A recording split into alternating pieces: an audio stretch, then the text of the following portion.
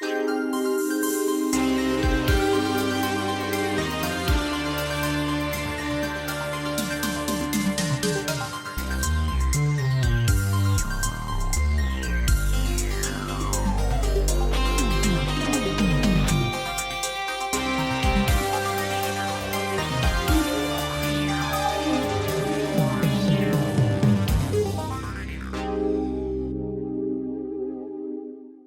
and welcome to yet another episode of Eerie International, episode 477 this week. My name is David from the United States. I'm Andi from Germany. Hello, I'm Dave from the UK. And Andi is here, so no more fucking Underworld movies this week. Welcome back, God Andi, damn to the show. You begged me to come back so that you wouldn't have to do another Underworld episode 3 in a row. Man. And I mean, I had quit the podcast. You had kicked me off, but I'm a good person. So since you begged me so much, I thought, okay, I'm coming back. The kindness of your Bavarian heart brought you back into the fold. Yeah, man. Last week before Rise, I think I mentioned this on the last episode. There was a moment where I was like, maybe I'll see if Dave wants to do a different movie. I don't know that I can do two of these fucking things in a row. But it worked out, and I was kinder, definitely, to Rise of the Lycans than I expected. Thankfully, though, we are taking a break from that franchise this week and talking about a wildly different film, Paprika from 2006. Yeah, Satoshi Kon film. The second, technically third kind of Satoshi Kon related thing. We did an episode on Perfect Blue at some point. And then the film Memories, the anthology, we touched on that. We did a whole fucking segment about it. So now we are talking about Paprika later on in the show. Looking forward to that with you guys. If this is your first time listening, welcome to the podcast. We are a horror show that talks about horror stuff, horror adjacent things, in this case this week. Whether it's movies, TV shows, books, comics, video games, stage plays, musicals, albums even. We've done a couple albums on the show. We get into it and talk about all the horror aspects of said thing. You can find us online wherever you found us. We're on social media, mostly Instagram these days. Give us a follow on there, Eerie International. And then if you have any longer form thoughts you'd like to send us, like our friend Elio did this week on 2 occasions, feel free to do so at eerieinternational@gmail.com. So without further ado, let's just jump into Elio's emails. First one up. Happy New Year, my spooky boys. We are a month into January, and I'm already like 3 to 4 episodes behind on the show, which is a whole month. Alas, I'm glad you're doing the Underworld stuff. These movies are fun and peak early 2000s goth nostalgia. I'm also glad you're doing Paprika. I watched it, I believe, last year or the year before and found it really interesting. I liked the imagery. It was a beautiful watch, but even the plot was fairly surprising how much it was just Inception. Or should I say Inception was just Paprika. Now, some movies I've seen. First up, Primate from 2026. I thought this was funny. Elio messaged me after he sent this email and was like, I'm catching up on the episodes. You did go see Primate. The first line of his review is, David, you would like this movie. See it in theaters with that one friend you go to the movies with a lot. That's exactly what I did. It's bloody, dumb, and you're watching fairly unlikable actors get killed in brutal ways. It's fun. 28 years later, I believe... 2026. So this is 28 years later, The Bone Temple. This movie has the sauce. It's another introspective look into grief and what happens after the end of the world. Really interesting villain with one really insane scene for the movie. This is definitely the most violent this movie gets. I suggest watching this in theaters. Good Boy from 2025. This was great. Nothing revolutionary, but really fun and a lot of cool and interesting stuff built with a low budget. The dog is a wonderful actor, and I love him. And then finally, Red Rooms from 2023. All right, now I have not done this since I met Andi in 2018 or 2019, but I am recommending and requesting you guys do an episode on this movie. I watched it over my winter break and absolutely loved it. A brutal and haunting movie which shows zero violence. This is a slow plotting film that definitely shows some highlights and love toward the French extremism movement, but it subverts the genre as a whole. This may have been my favorite watch of last year. I highly recommend it. Love you all. Take it easy. From Elio. I don't know if it'll be next week, but yeah, 100%, I think. As long as we all have access to the film, like, we'll definitely do this. It's been on my list. I'm assuming you guys Dave and Andi have heard of this film as well? It's been on Bianca and my list since it came out. We saw trailers before it came out and wanted to see it, but haven't yet. So yeah, definitely. Unsurprisingly, first I've heard of it. But it is available over here. I can get it from a couple of different places. So yeah, that's definitely something that we could do. Yeah, we'll do that for sure. And then he sent a follow-up email after he had been listening to our episodes, and we were talking about reading. Elio is someone in the school system, is how he puts it. I'll leave it there. I don't remember exactly what he says in this email. So, hey, here's another email from Elio. I am listening to the Underworld Evolution episode, and you guys brought up the idea of reading. As someone, I should also say, too, I won't pinpoint where Elio's at, but he is in America. So this is an international podcast, so that's where his POV is coming from. As someone in the school system, let me tell you, reading is 100% decreasing in all age groups. First off, with adults, I've seen very little literary critique and literary choice. A lot of people I see read books not based on taste, but a lot based on TikTok. It's still reading, so who cares? But I think a lot of unique books and interesting books are put to the wayside for romantasy, etc. Now the scary part, high school. In the American school system, there are 100%. It's a weird way he described it, makes it sound like 100% of 15 to 22-year-olds are legitimately illiterate. But he's saying there definitely are 15 to 22-year-olds that are legitimately illiterate. They can't read, can't write, no reading comprehension, etc. Now, why? What are some of the major issues? Stamina is one. Reading stamina is gone. Even reading a one-page article is tough. Students lose interest. They lose attention. Even if a book is being read to them, they cannot pay attention. Reading strategies are gone. Following with your finger, images to words, etc. Vocabulary. Vocabulary is totally shot. Kids don't have a vocabulary. I'm not going to take the cheap way out and say that they only know brain rot phrases. But at the same time, kids verbally and physically do not know how to express themselves because they don't have the vocabulary to understand their feelings. Comprehension, also gone. It's very hard for students to understand what is being said to them. Unless a sentence is literally like, quote, the dog walked to the house, end quote, they cannot figure it out. Which is a great sentence, by the way. Like I picture it as a dog upright on two legs for some reason.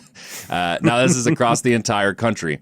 People do not expect their kids to read. A lot of kids are YouTube babies. They just don't have a relationship to literature. Academically, it's being pushed to not teach full books anymore. Instead, reading is being pushed to, quote, excerpts or passages. Even books that used to be considered young adult novels are being pushed to high school and still too hard for them. Now, this is not a one school in particular problem. The entirety of the education system needs a revamp, and it's only trickling upwards in age, where media literacy, etc., is going down. That's my rant. Bye. Love you. It's fucking depressing. Yeah, very depressing. I was getting ready to say. Yeah, man. I've got a 9-year-old son. I don't see it with him as much, but I think only because like I've pushed it at home with him from a young age, and he likes reading, and I've tried to cultivate that. And he has a kid's Kindle that he takes around, but even I have noticed and have pushed a little bit more here recently with like he has to read, or they have a reading program with the school where he has to read a certain amount of minutes at home that we track through an app. And so usually he does like 20 to 30 minutes before bedtime each night. He'll read in bed. And even I lately have pushed him not away from comics, because I've always been cool with comics. Like obviously I work in that industry, and like I grew up with it, and I think comics is reading too. But there have been definitely nights where he's reached for a comic or a manga or something, and I've been like, let's do a book, like let's do a prose thing tonight.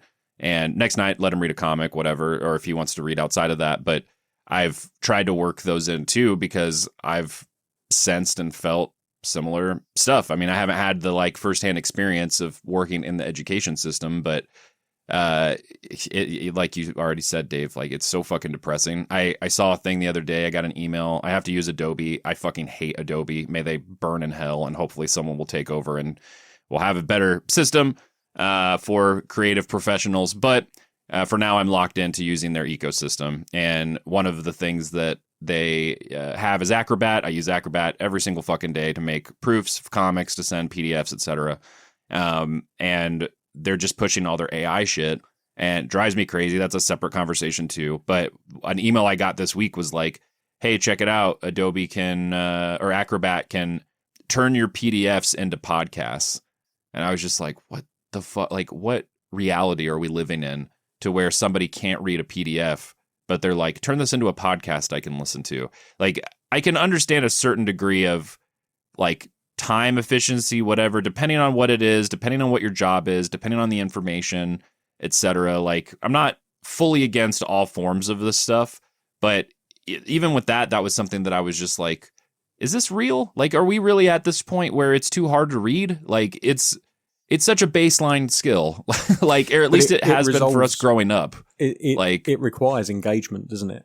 Like exactly. Proper physical engagement, mental engagement, a need to sit down and actually interact with the story that you're reading or the article that you're reading. And I'm no expert on this. I think it's become clear over the last few years I'm not an expert on many things, but I do suspect that the generation of kids that were brought up with just a phone set to YouTube to entertain them while the parents get on with other things has a large part to play with this, because watching video has never required any kind of interaction. The most that people interact with literature now is probably when they go on social media, and that's not literature. That is, to borrow a phrase, brain rot. It's just like TikTok, YouTube shorts, like keep everything as short as possible because attention spans are shrinking. The reason they're shrinking is because you're catering to that and you're making it easier for people to just kind of watch these 30-second videos and get that dopamine hit. But like previous generations wouldn't have had access to YouTube.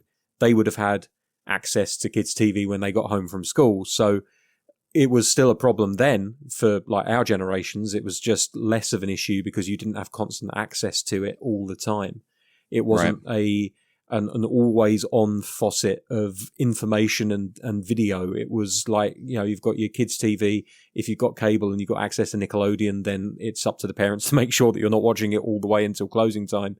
But then I think it's interesting to track how the lack of, or should I say the rise of non-interactive entertainment via YouTube and things like that coincides with the fall of reading, seemingly. And this isn't something that I'd thought of before hearing Elio's email, but it does occur to me that we're living in an age where TikTok and YouTube Shorts have really sprung to the fore, and it seems as though attention spans are dwindling because the media that people consume doesn't require an attention span anymore. And I've been subject to this as well. I found myself kind of like, I'm looking on YouTube for a particular subject, and rather than watch the 15-minute video, which will prevaricate around the bushes and eventually get to the point that I want, I could watch a 30-second clip, which more than likely is still going to tell me the thing I need, but is not going to give me all of the important information surrounding that thing. I don't know if I'm getting that point across properly, but it's probably the end game of the internet generation, where we were able to go on to Ask Jeeves to begin with and then Google and just type in the question that we had. And rather than go to the library and get the Encyclopedia Britannica or whichever encyclopedia it was for different countries around the world, and look up the thing that you wanted and read about it and have to put physical effort into it, now you don't even have to type it into your phone. You just hit the microphone icon and just ask a generic voice protocol to answer your question for you.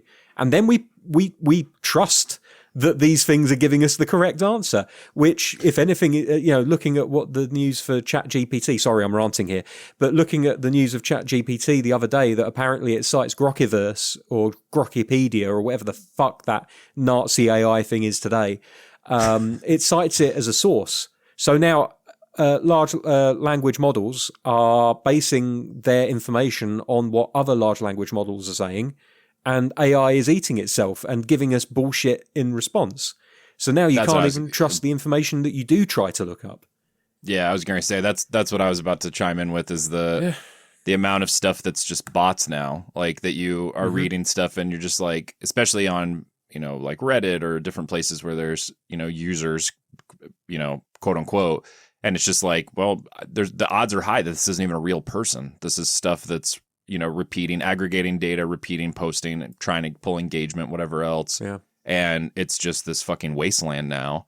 And yeah, man, it's so depressing. It makes me wonder, sorry, just to cut in.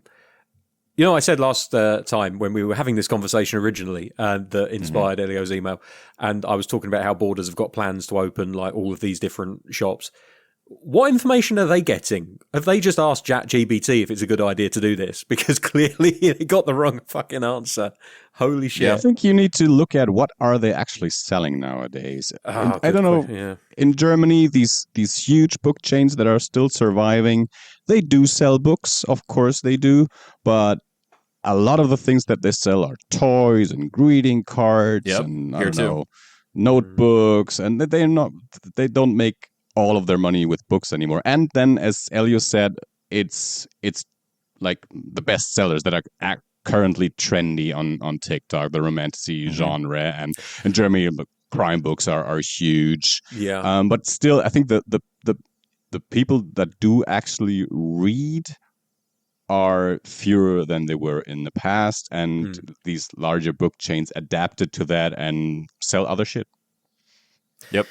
That's the thing I do whenever I take Daniel to a bookstore now. Like, and he's gotten used to me saying it now, so he's better at it. But in the past, I'd be like, "Do you want to go to a bookstore today?" And he'll be like, "Oh, yeah. Can I get like a Lego thing or whatever?" And I would every once in a while, but it finally got to a point where it was like, "Kid, we're going to a bookstore. You're getting a fucking book. Like, we're not going there for you to get a toy. I get that they have toys. You could go look at them, but like, I'll buy you 2 books. Like, it's not a problem of me necessarily spending money on you, but I mean, to a certain degree, but like, we're here to get a book. You're here. You can get a comic, you can get a manga, whatever, but like, we're here for that." And I'm not talking shit about my kid, obviously. Like, he's a kid. He wants toys. He wants, likes these things. But to Andi's point, it's definitely expanded out, especially like chains, which ones, whatever's left of those at this point. Mm-hmm. And then even in like Barnes and Noble, if we go there, like, there are huge sections of the store that just straight up say Book Talk, like as seen on Book Talk, recommended, whatever. And again, to Elio's point in the email, like I have my issues with romantasy stuff for sure, in the sense of like how it's marketed and how they're kind of going about promoting and pushing and everything else. But at the end of the day, like, yeah, people are reading, and even in those cases, like, it's not the best thing in the world you could read, but you're reading. And I think like that is already more than most people are doing. I think like my last little bit to rant on that we can go is like, my frustration for sure also lies with parents and a lot of this stuff, because if I just so many parents don't read. And so I think for them, it's a thing where it's like, I don't have to I didn't grow up reading books, or I don't care about reading books, like, and I'm fine. And it's like, yeah, that's not necessarily wrong. Like, I'm not saying like, no, you have to read this amount, of words per day or whatever else. But I think also like so many parents of kids are selling themselves short. Like, you go get a book too and get your kid a book. Like, it is such a massive, massive fucking medium. There's something you will like reading. Like, it's not a thing where it's like, well, I'm not much of a reader. Like, don't start with Moby Dick. Like, you don't have to go for this crazy shit right out the gate. Like, if you absolutely love basketball, there are so many fucking amazing books about basketball, whether it's going to be nonfiction, fiction, like about a particular team. Like, it is such a massive medium that encompasses so many areas. And it's same way with comics. Like, that's whenever I talk to somebody new about comics and they've never read a comic before, like, they'll kind of say like, I don't really know, like, I'm not really into superheroes. And that's usually one of the first things I say is like, comics aren't a genre, they're a medium. So what do you like? Like, if you love cooking, I've got a manga called Delicious in Dungeon. You also like D&D? Perfect. Like, it's a D&D thing about also cooking. Like, it will hit some of your interests already. There's something in there for everyone. But when I think not everybody, but so many people just stop at the idea of like, well, I'm not a big reader, so it's not really my thing. And to me, when I hear that, it's just as crazy as if somebody is like, well, I'm not really into music, or I'm not really into movies. Like, it's okay if you aren't super into it, but the idea that you're throwing out an entire medium of something because you're not super into it, thinking like, oh, well, it's not for me, it's just so depressing because it is such a massive thing. Right, exactly. Yeah. That's it. Like, and that's the frustrating part, is that it's like, it's a wide gamut of this stuff. But just the mere fact of reading, like, even if it's, again, I'm not trying to be reductive or shitty about romantasy, but like, even if it's romantasy, or a lot of the romantasy out there, or some of it anyways, the more popular stuff is literally like fan fiction that was, kind of polished up and switched over and to make it, copyright trouble free with whatever that they were riffing off of. Like, it's not going to be, again, like a deep literary experience, but your brain, your mind, your eyes, like your vocabulary, like everything is engaged. And I think like you can marry those tools as well. Like last night I was reading before bed a book about Blizzard by Jason Schreier, the video game company. I've read all of his books, nonfiction books about video game. I really like his journalism.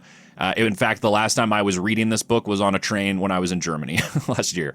So, but if there's a story or if there's a word in that book on my little digital e-reader that I don't know, I can tap and hold on the word and get the definition right away. Like, there are absolutely pluses to technology and everything else. Like, all these things can coexist.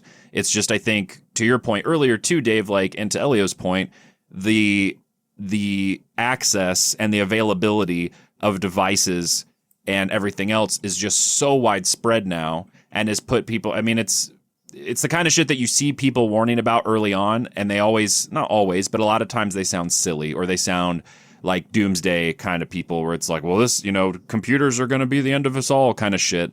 And it's like, they're not wrong. Like, we're at the point now where this stuff is hitting in a way where it's been this creep, but it's a creep that's been consistent.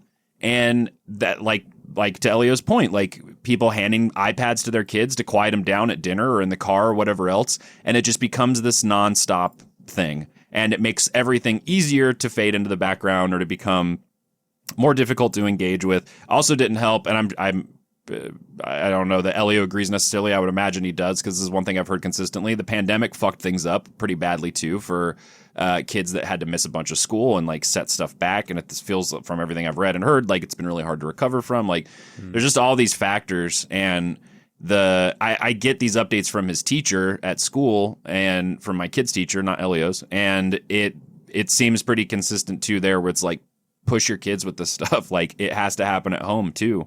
And it's doesn't seem like it. And Austin and I were talking the other day about like how stuff is going to have to change, and probably already is, for colleges, to where it's like, it's going to go back to this like post Butlerian jihad, to use a Dune reference, crisis of like, there's no more, like, you come to take this exam, you're sitting down with a pencil and a blank notebook to write in, because there's no way to trust that kids are learning stuff other than that, because they use ChatGPT or they use whatever, like to get all this data and have shit written for them. Like, how else are we going? Like, it's this reverse thing where we have to go back to these like very basic things to make sure information and knowledge is being retained. It's just fucking crazy. Anyway, also it's a not podcast helping about horror. It's not helping that governments and the US are ahead of us in that respect, I think, but we're all getting closer. Governments are not positive on science and scientists, and there's this anti-intellectualism going on in large parts of the population. So you're the weird one if you're reading a book, because that's not like real work. You're only a real citizen if you work with your hands and do a manly job, and because get fucked over by your government, but you don't realize it. Yeah, like how do you guarantee that you're the smartest person in the room? Will you make sure everyone coming up behind you doesn't get an education? Like it's and also, like, a stupid electorate is a pliable electorate, and we're getting into politics, and there's no need to do that here. But still, I completely agree. Yeah, with it's all connected said. for sure. Yeah. But I would thanks say for this, that, Elio. Goddamn. I think Book Talk. We're glad you wrote it. As you said, like it's doing something at least. It's putting books in front of people in the same way that I don't know if Oprah had a book club, right? Oh yeah. Oprah had her book club, and there was the This Morning book club as well, and the book clubs have been a thing has a big one. Like for years before TikTok even came off the ground. Like there were these drives by celebrities and TV shows in different countries to set up these kind of book clubs and use their power to push people into reading stuff. And 50 Shades of Grey is probably some of the worst written fan servicey claptrap, the fan fiction bollocks that I've ever had the misfortune to come across in my time as a reader. But at least it's words on a page that you have to put effort into reading. If selling 50 romantasy books keeps your bookstore in business and you can sell one other book to another person, hey, please do so. Oh no, for sure. I'm not going to be. I'm not going to be snotty nosed about what people want to read and what people make their money by selling. At the end of the day, you sell what you can to keep yourself in business, so that I can go to your bookstore and buy the Numbers Game or States of Play, which is exactly what I did this week. I mean, I'm talking, making a joke, Elio, but genuinely thank you for writing in with both of those emails. And for you and for anyone else out there, again, eerieinternational@gmail.com if you want to send us some thoughts, and we'll read and discuss and get pissed off about the state of the world. All right, let's shift into what we got into this week. I'm going to throw it to our good friend Andi first. Just because you were out for a little bit doesn't mean you spent the entire time watching movies, but it's possible. So what did you get into in your absence? To be honest, when we're talking about movies, the movie that I watched today for this podcast was the first movie that I watched this year. And I think it was the first movie since the last movie I watched for this podcast. All right. We kicked him off the podcast. He had no reason to watch anything. Yeah, he's like, I'm done with this horror bullshit. I was on holidays and then I was working, and I don't watch movies that much currently, sadly. I'm in a frustrated place with cinema, and I watched Stranger Things. I know that David talked about the ending of Stranger Things a couple of weeks ago. And before we went to Japan, we watched, I think 5 episodes, and we watched the rest when we came back. I have talked to one person who has actually seen the ending, but other than that, I haven't talked to anyone. I heard David talk about it a little bit on this podcast here, and And you said that as well, David. And I heard tiny bits of people not being happy with the ending, and that there might be some criticism. But I didn't really look into it. I didn't hear too much about it because I don't care. What the fuck do I care what the internet thinks about a show that I watched? People that I talked to my good friend Toby about it because he had seen it when I met him last week. But other than that, what am I interested in people that I don't know? Anyway, so Dave, you haven't seen it yet, have you yet? No, I still haven't even started season 5. Yeah, okay, that's fine. Just that I don't get into too much spoiler territory. Sure. Just my general take on that last season. So I did not rewatch everything before, and because I do not have the time for that. For the first few episodes, I was not 100% into it. I didn't dislike it. It was just like, oh yeah, okay, now we're going towards the dark and gloomy ending, and it's dark and gloomy for episodes and another episode of dark and gloomy. And I'm because it is a show, everything takes longer than it would in a movie, and being in such a dark and gloomy stretch for several hours in a row, I was missing the lighter moments of earlier seasons, the Dustin and Steve moments, or the Steve and Robin moments when they worked at the ice cream shop, things like that. The funny bits that kind of were a counterweight to the darker moments. And for the first few episodes, I felt that there is not that counterweight. It's only dark and it's only gloomy. That changed towards the middle of the season. It had its lighter moments, and I got into it more, and I liked it more than in the beginning. And I must say the very last episode, the 2-hour finale of the whole show, I was very, very pleased with. I thought that is a great ending. Hell yeah, I think Andi. They really suck it. I think it is a great conclusion to the story they began 10 years ago. I think it is totally coherent and consistent with what they were doing. I had so much fun with that last episode. Again, not getting into too much spoiler territory, but the let's say the Dungeons and Dragons style big end fight was aesthetically pleasing, and from the the thematics of it, the group getting together. Everyone had their roles, but they had to work together to defeat the opponent, like a D&D campaign. And then the actual ending to the episode was so satisfying to me. I am very, very happy how they ended it. Nice. Couldn't agree more. That's exactly where I landed too. And I didn't look up what people thought online. It was a frustrating thing when I mentioned, because it was inescapable, and there was a whole thing where people were like convinced, all of these fans that had these theories that didn't happen the way they wanted, that there was going to be a secret finale that showed up a week. It's just such crazy bullshit. I could not agree more. That's exactly how the only person I've really talked to in depth with spoilers and stuff. That's not true. I've talked to a few other people in depth, but right after it ended, Austin and I were texting, and he landed in the exact same spot. It was just, it felt kind of perfect in so many ways. Like again, like avoiding spoilers, but like it's 2 hours. It's a 2 hour finale. Almost half of it is spent with time with the characters and tying things up. And like as far as finales go, like you usually don't get that level of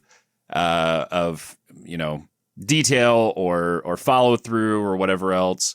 And that to me was an extra reason why it was so crazy that people thought that there was going to be a secret finale. It was like, what the fuck is it going to be about? Like they were so thorough in this, and the criticisms and stuff have not really made any sense to me, other than people having these very specific expectations that, if you look at the trajectory of every season and of the show overall, it's not that kind of show. It's never been that kind of show. So yeah, I had the exact same experience. I would imagine, Dave, not to put pressure on you either way, you will land in a similar, if not same camp as us, based off of how you've interacted with the show in the past. And I've just been putting it off because I don't know. I wouldn't say that I often let other people's reactions get to me, but it certainly can harm your enthusiasm for something if you don't immediately hop on it and then you start seeing little things here and there.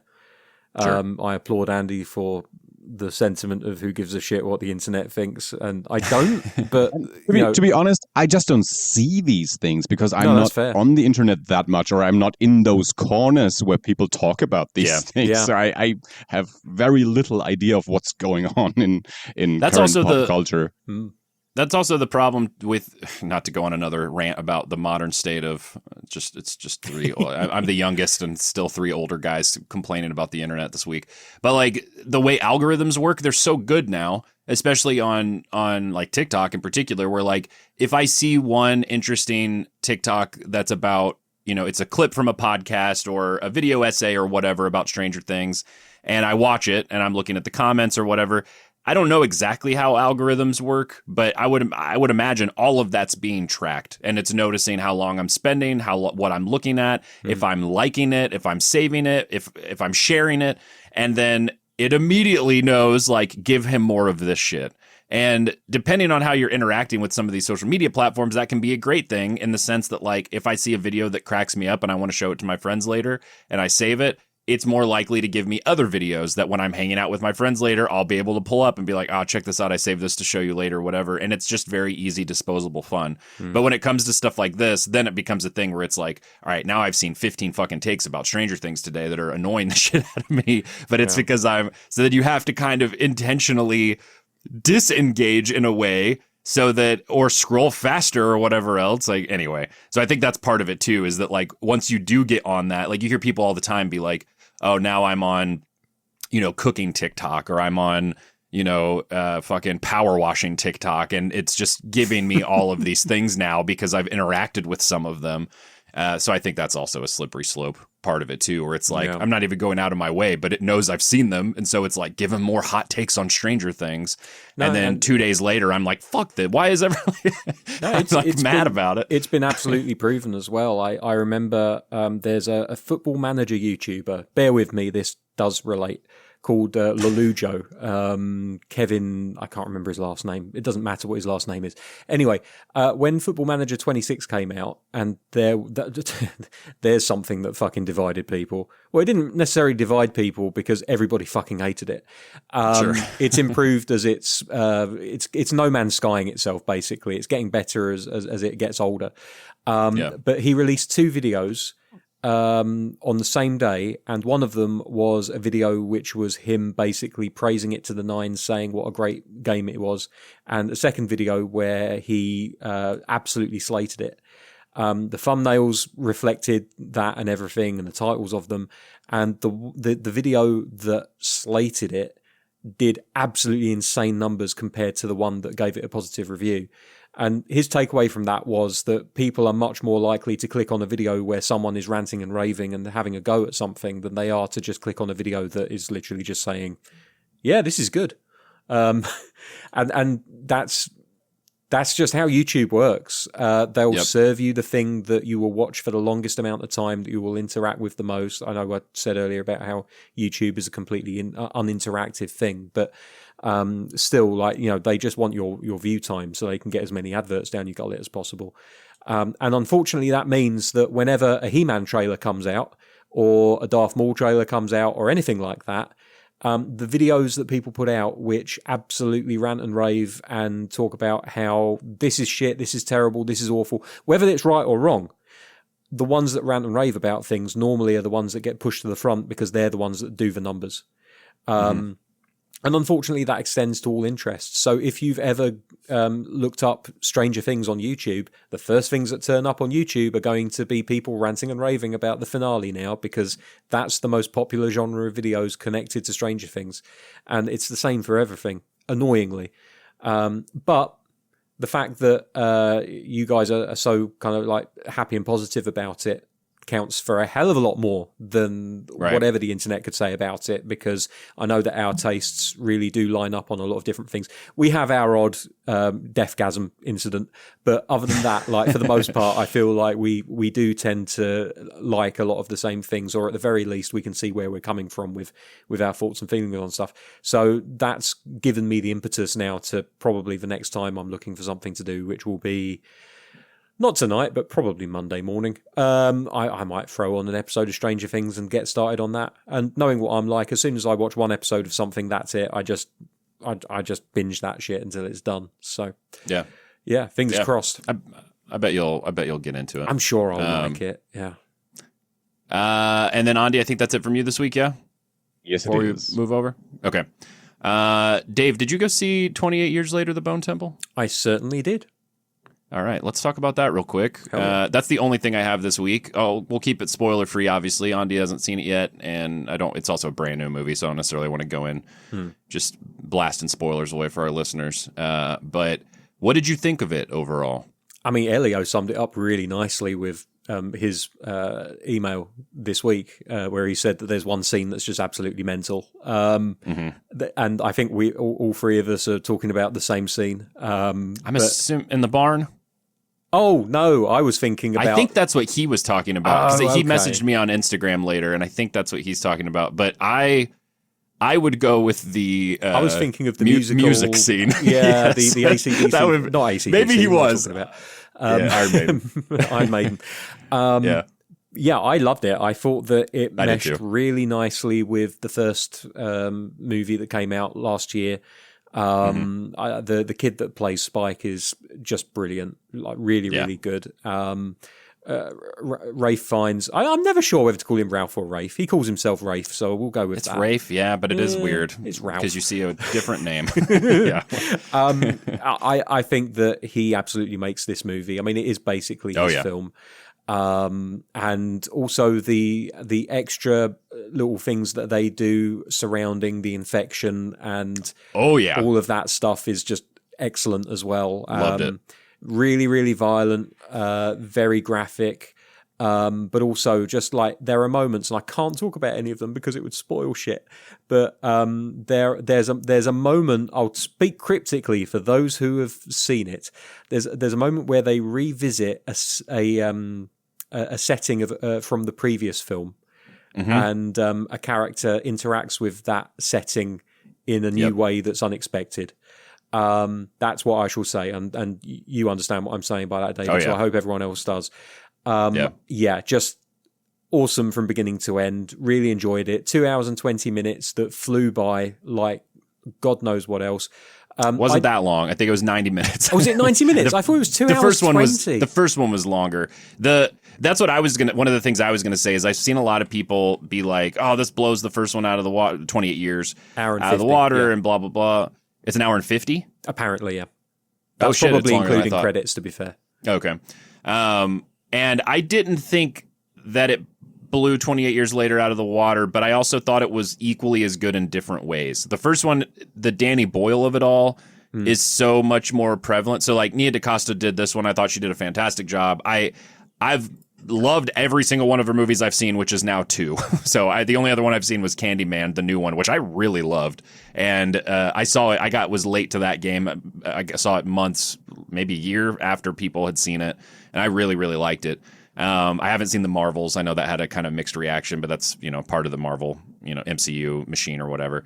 But she's made a few other films before since that I want to see now even more. But I thought she did a fantastic job. It definitely doesn't feel like, oh, we've lost Danny Boyle, and so now we have kind of like a phoned-in directorial style. Like, not at all. It's just different. But also the script is different, too, in that Alex Garland's consistent from, with all of these films, Days and then both Years movies, where he's telling a specific story, but the story in this one is smaller in some ways. Like with the first one, you have Spike and his dad and the little like island and the causeway, like all, we're seeing this, but then we're seeing the mainland too. And we're also getting these like intercut, like metaphor, like visual metaphor things happening with like British history and like clips from old British war movies that are like intercut in the movie too. And like, there's all this, like, there's a bigger, more epic, grander scale to it than Bone Temple. But then it doesn't feel like, oh, well, we've lost all that and Bone Temple is a lesser movie for it, because from my perspective, it sounds like yours as well, Dave, like the shift is is very specific, but then the directing, especially the acting and the writing meets it at that smaller level in comparison. So we're not getting these like crazy cosmic shots of like the sky and moments that you can pause and be like, how the fuck, like this looks insane. And it was shot with iPhones. Like it's got a different feel to it, but it meets it on those terms and excels. Like it's a horror movie for sure. Like it absolutely is. It's not even like a light horror movie. Like it's a horror movie, but there's also like long stretches of the movie where it's like characters talking like, and not in a boring way, but like in a way where you're so pulled in, you're so drawn in by Ray Fiennes' character, is Jack O'Connell, is that his name? Plays the elder Jimmy, or the like main Jimmy. Sir Lord Jimmy Crystal, Sir Lord Jimmy Crystal. All of the supporting characters, like Samson as a character too, from the first one. Like you get pulled in and invested, and it's a weird but awesome thing where it's like does not feel like it's not part of the universe. It absolutely does. But we're just kind of scaling it down and focusing it a little bit. So it's like if you liked Ray Fiennes' character and how the introduction of the Jimmys in the last one, and you liked that stuff, like you're getting a whole movie about it now. And it makes me so interested to see how the third one's going to be, which they finally did green light, and they're making it. What they've said in the past is that Danny Boyle's coming back to direct it, Alex Garland's writing it, etc. These movies were shot back to back, so they came out quickly. I don't think they've even started shooting the new one. Like it's, I'm sure, a ways off. But it does make me curious, especially with the final scene of the movie, what the third movie is going to be like, because we have escalations of certain ideas, and then we also have resolutions of other ideas and characters.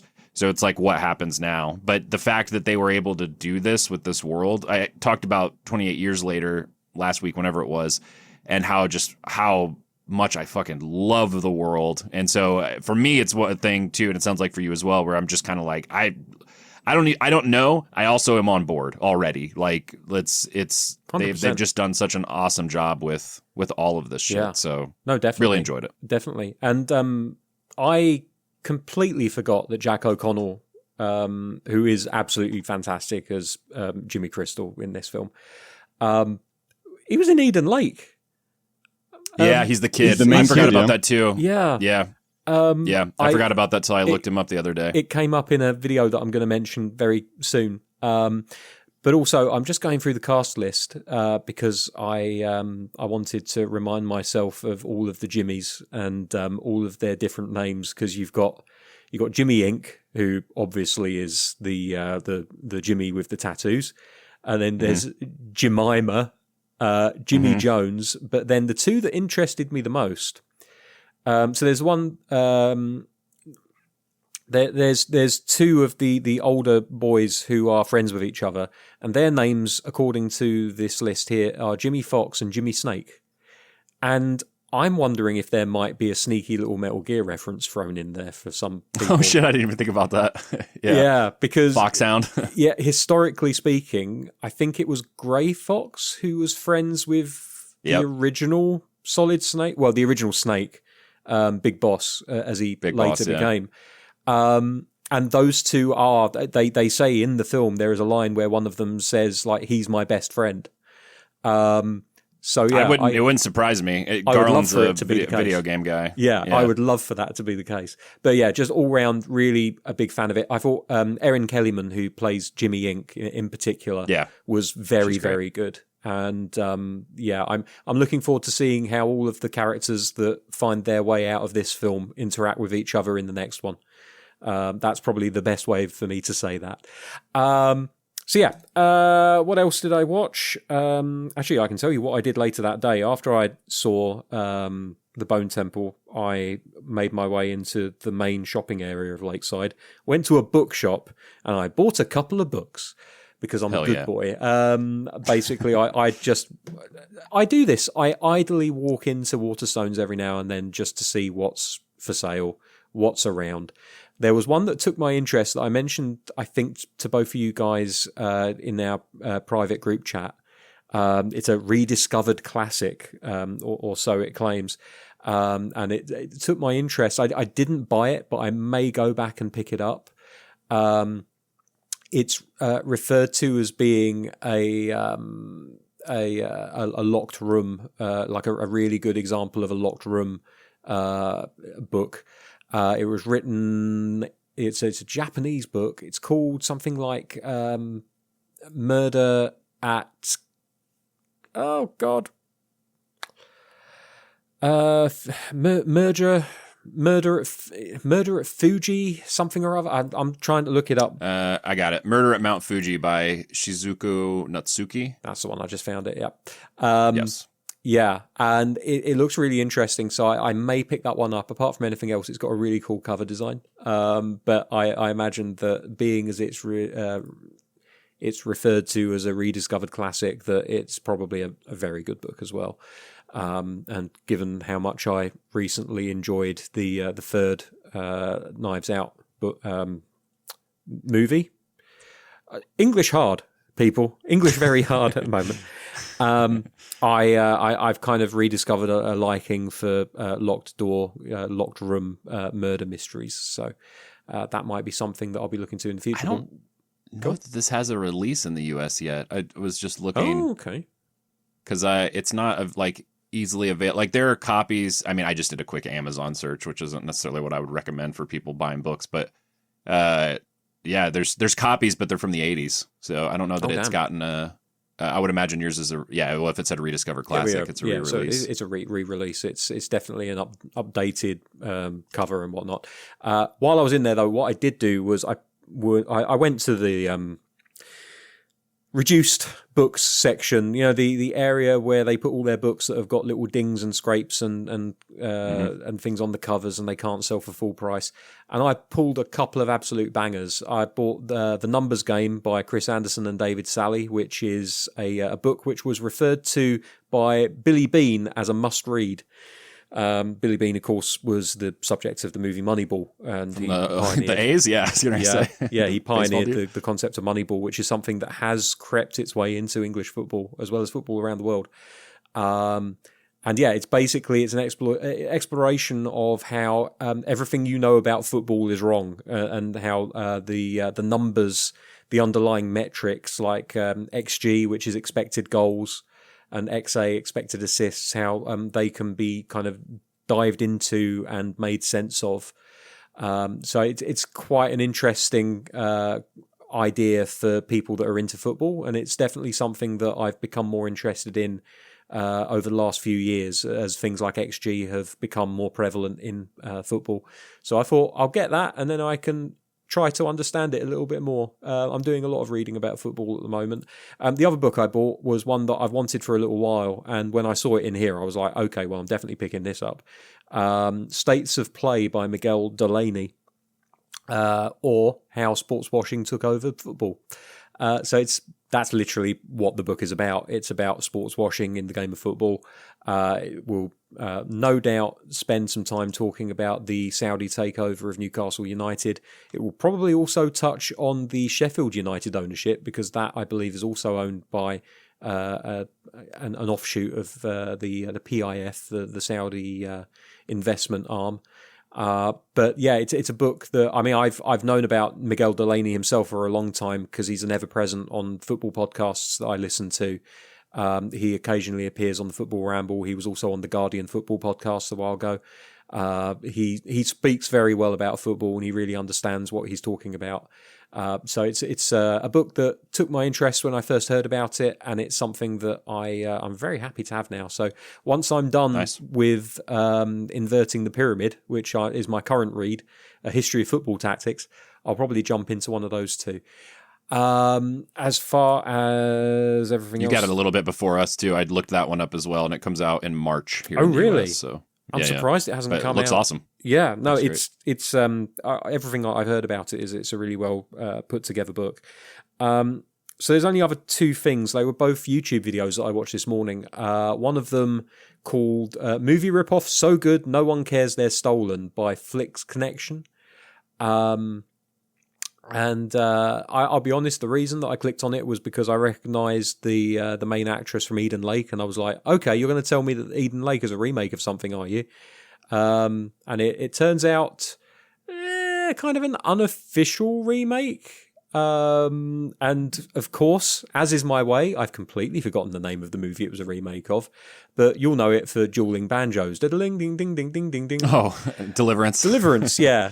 He says it's kind of I don't know, some of it felt like a bit of a reach for me. Some of these sequels that he kind of doled out. Some of them were very obvious, like you've got the original... oh my God, what is up with my memory today? Jesus fucking Christ. I'm not going to edit this because that would make me sound more professional than I actually am. So, Invasion of the Body Snatchers. He said that, and we all know this because we've made the connection ourselves, The Faculty. He brought up as that. But also, there was the Towering Inferno, apparently was the basis for Skyscraper, the much-loved classic rock movie from 2015 or whenever it was. And then there's San Andreas as well, which was roughly, he said, based on like Earthquake, which strangely enough came out the same year as Towering Inferno. It's a decent video. It's worth looking at. I think that some of them are a little bit obvious and others are really, really kind of like wild swings. But I thought it was a well put together video regardless. And he does make a point about, do you want to get your top 10 videos from faceless AI channels, or do you want someone who actually kind of stands in front of the camera and puts research into this stuff? And I was like, yeah, you know what? Even if you make a few wild swings at stuff, I'll take the human over the AI anytime. And then the other video that I saw, which I thought was really, really interesting, it focuses on Die Hard with a Vengeance. And the title of the video is "The Moment You Realise It's 1995 and That Ain't Green Screen," and it was from the channel Cinemastix.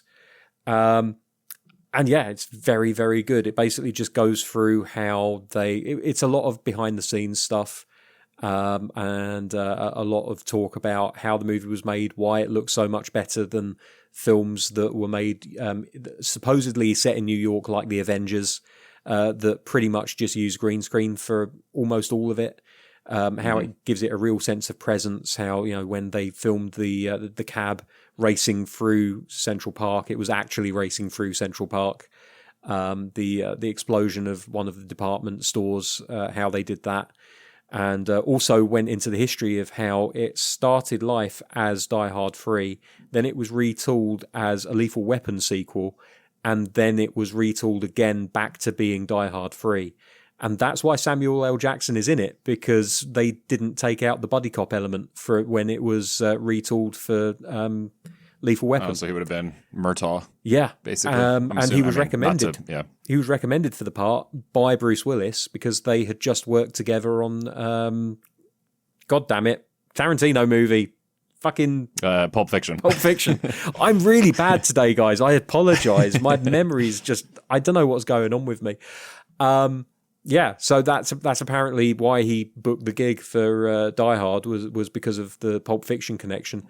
And yeah, I thought it was a really well done little video and worth having a little look at. I know it's not horror related, but I thought it was a video that would interest you guys if no one else. So yeah. Probably already seen it. I need to go back and watch. I have not. I was going to say, I've seen the original Die Hard many times, and I watched Die Hard with a Vengeance a lot as a kid. I haven't seen it since then, and then to this day, I've still never seen the second Die Hard. So I've seen 1 and 3. Oh, really? Oh, man. Yeah, the second one. I mean, the second one is basically, oh, look, Die Hard, but in a different location. It's an airport, right? That's right, yeah. But that's kind of what you want. For me, that's what I want. Like, you know, if I want to do Speed 2, do I necessarily want it on a cruise liner? No. But do I want it on some kind of vehicle that can't slow down? Yes. Another movie I watched a lot as a kid. Yeah. Both Speeds, but I watched Speed 2 more than...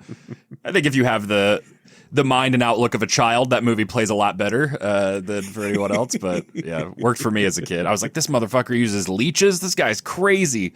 That might have been the first time I saw Willem Dafoe in anything. So, yeah. What an introduction. Yeah, bad movie, fun time. Yeah. But that's it. All right, cool. Well, let's shift gears then. Let's talk about our film of the week, Paprika from 2006, Japanese animated science fiction psychological thriller, directed by Satoshi Kon, who co-wrote the screenplay with Seishi Minakami. It is based on the 1993 novel by Yasutaka Tsutsui. I'm assuming how you do that. I'm awful with pronunciation. From Wikipedia, it describes it as the film follows a battle between an unknown, quote, dream terrorist who causes nightmares by stealing a device that allows others to share their dreams, the research psychologist Dr. Atsuka Chiba, and a personality named Paprika, a dream detective who shares Atsuko's mind. As I mentioned at the top of the show, we have talked about Satoshi Kon stuff in the past, specifically Perfect Blue, we did an episode on at some point.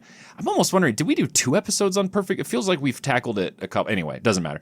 But yeah, a guy that's definitely in my like Mount Rushmore of manga, anime creators, visionaries. He has a crazy, like a limited small body of work, but one that is pretty much just widely agreed by honestly I don't know that I've ever seen anybody talk shit about Satoshi Kon's stuff. Like he very tragically died young of stomach cancer, I believe it was, in his like 40s, I want to say. No, pancreatic cancer, sorry. At the age of 46.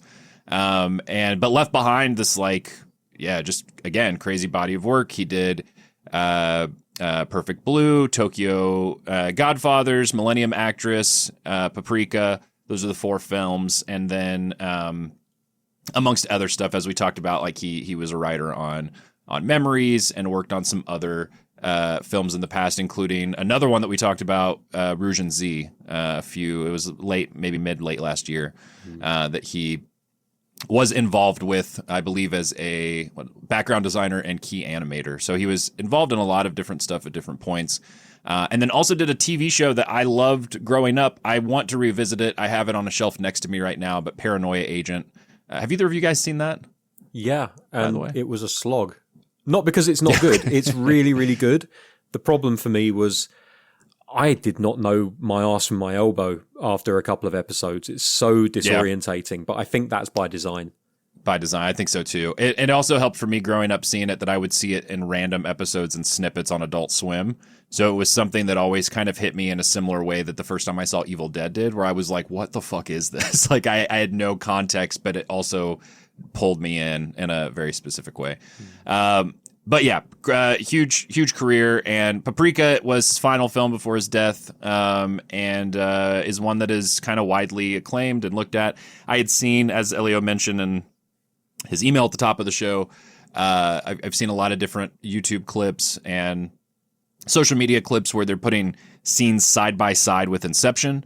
There's similar clips out there that you can see with Perfect Blue for Darren Aronofsky's films. I think Darren Aronofsky has been more forthright and saying, that it was a direct, like there's a shot for shot sequence of a girl underneath the water in a bathtub from Perfect Blue that's in Requiem for a Dream, and then some similar stuff in Black Swan. So I think wore that influence a little bit more blatantly on his sleeve. From what I've seen, and I didn't do a ton of research, but it seems like consistently Chris Nolan has never really talked about Paprika and how it affects this movie. If you look at and line up the kind of the timeline he was writing, or at least what he says he was writing, Inception, it predates Paprika the film, at least, not the novel. But and so I wonder if some of that stuff is a little bit more coincidental, potentially. Even the shots that I went back and watched the side by sides after watching Paprika this week, I was like, I see the connection, but it also doesn't feel as overt as the stuff with Perfect Blue did and Requiem for a Dream in terms of an homage. But this was on my list. It's been on my list forever. I have all of his films. I've got a bunch of his manga as well. I've read in the past, like big fan. Wanted to get to this one, and I knew that there was, similarly to Perfect Blue, although again maybe a little bit less overt, some psychological thriller, horror-y kind of creepy stuff going on. So I threw it out there to you guys, and we jumped on it for our next episode. So without further ado, let's go around the table here, talk about what we thought, overall thoughts. Andi, kick us off. What did you think of Paprika from 2006? My second time seeing this movie, saw it for the first time like 2 years ago. I didn't remember much about it. I of course remembered that it was weird because it's Satoshi Kon. When is he not weird? And I some imagery I remembered, and when we were in Japan at the turn of the year, it was so weird because on the subway they have monitors where they show like little clips and adverts and information and stuff. And there was this one clip, and I saw it and said, "Isn't that the parade from Paprika?"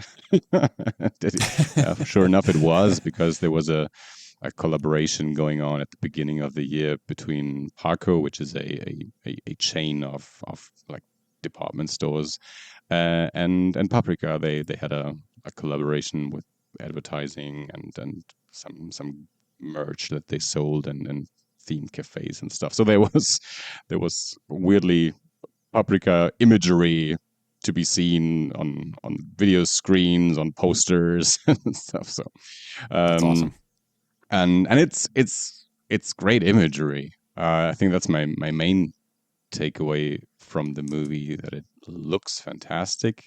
Just the details and the backgrounds at some points, the cramped spaces, all the characters in the parade, but also this working space of the inventor of the DC Mini, all the gadgets and books and toys in that one apartment, and it's just so much imagination in the movie, just in the presentation of the story. And then of course you have the story itself, which is, at least to me, not that easy to follow. I read up on it on Wikipedia afterwards, and I don't know if maybe you have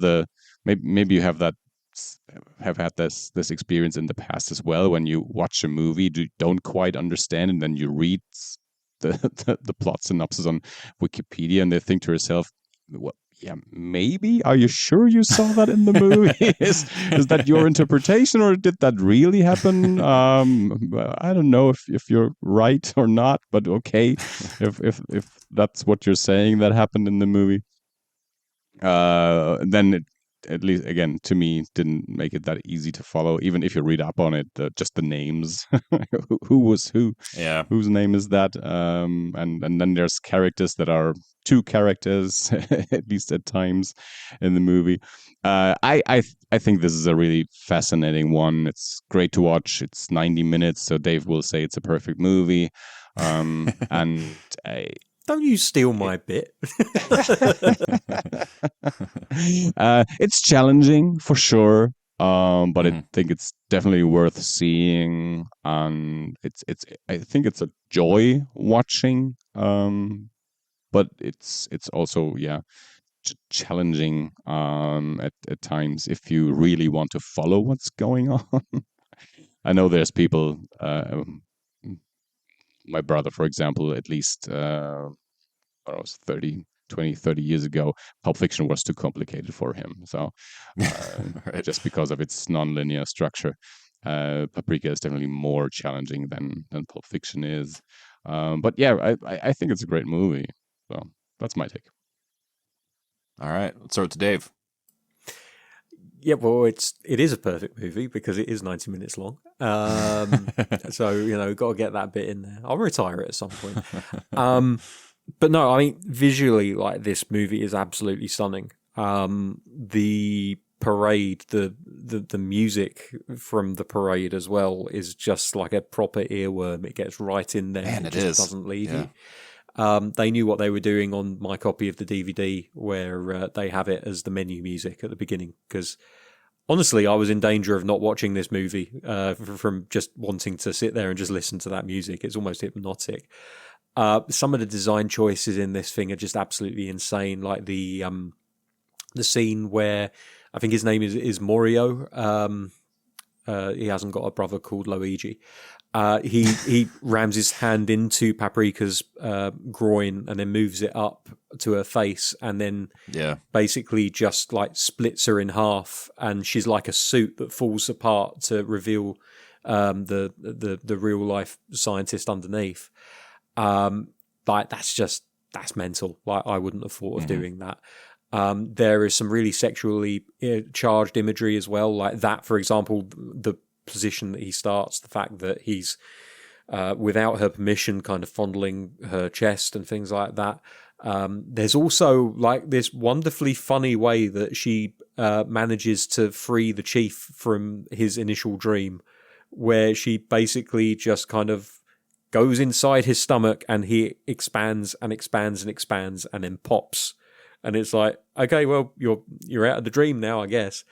But the way that the English dub is done, it makes it sound more like he's really fucking enjoying himself. I don't think, I think something exploded there, and I don't think it was him. It's, just visually, like, this is the thing, is that Satoshi Kon knew how to make a really visually arresting animated movie, and you see that throughout all of his works, whether it's Perfect Blue, that we did Perfect Blue at least once on the show. I'm sure it was at least the once. I don't remember a second time, but and Paranoia Agent, which, despite not having a clue what was going on during the runtime of that series, again, it just stands out to you visually. He's got a very arresting style, I wouldn't say it's necessarily unique animation style and design, but it's certainly not the standard look of animation from the early 2000s. The eyes are a little bit bigger. It feels a little bit more water. God damn it. Watercolor than like solid inks, if that makes sense. The use of patterns in like the outfits as well. Yeah, it's just, man, like I haven't even got started about the fucking plot, but it's just already just an amazing movie. And then you get into the plot, and watching it today and being like, well, I've seen Inception, and it feels very similar to Inception in as much as it's the idea of people being able to go into other people's dreams. But that's probably as far as it goes. I don't think it is either. I don't think that Inception is either a rip-off or some kind of pastiche or anything like that. I think that it's the same as there are so many movies that have come out over the years where, like, you know, Deep Impact and Armageddon came out within months of each other and apparently were not at all related. It just happened to be that there were these two movies that came out that had a very similar theme of meteorite headed towards Earth. How do we solve it? And I think that the idea of jumping into someone's dream, as you already mentioned, broached in a 1993 novel and then adapted for this movie in 2006 and then Inception in 2010, I think it was. Yeah. In fact, I know it was because I was looking at the Wikipedia when I said that. I don't trust my memory anymore. I think it's just a case of different people coming up with very similar concepts at around about the same time, if not slightly before or after, and coming up with unique films individually from each other. But yeah, man, like, it's confusing as hell. I don't. This is the one criticism I have about it, is I don't think that they necessarily establish a solid through line as to who was responsible from the get-go. Like, was the chairman ultimately always responsible? Did he do it because he didn't trust people to go into other people's dreams, or did he do it because he wanted to get his legs back?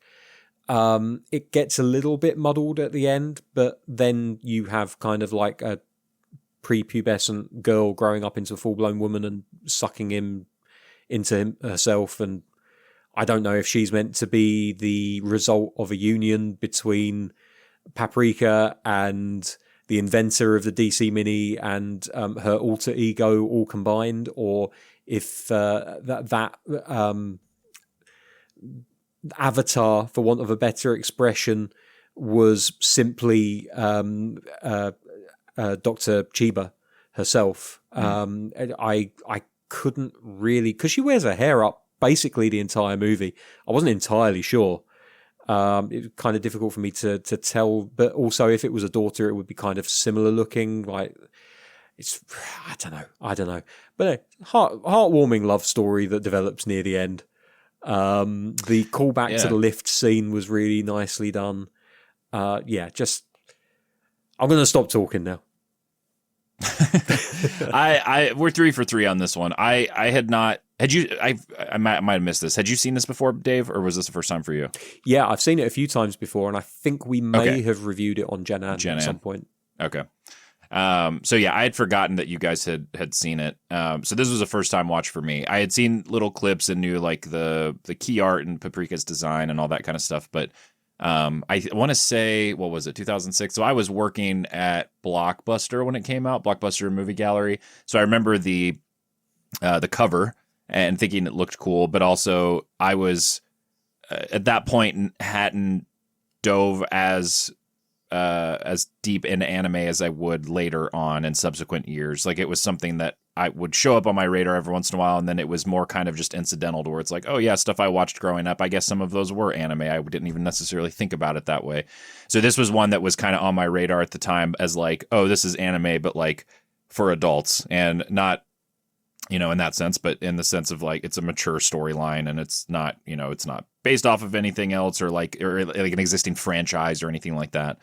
So always on my radar, but had never watched. And yeah, 20 years later, watching it now, I loved it. I thought it was fantastic. It's all the things you guys said. I absolutely echo and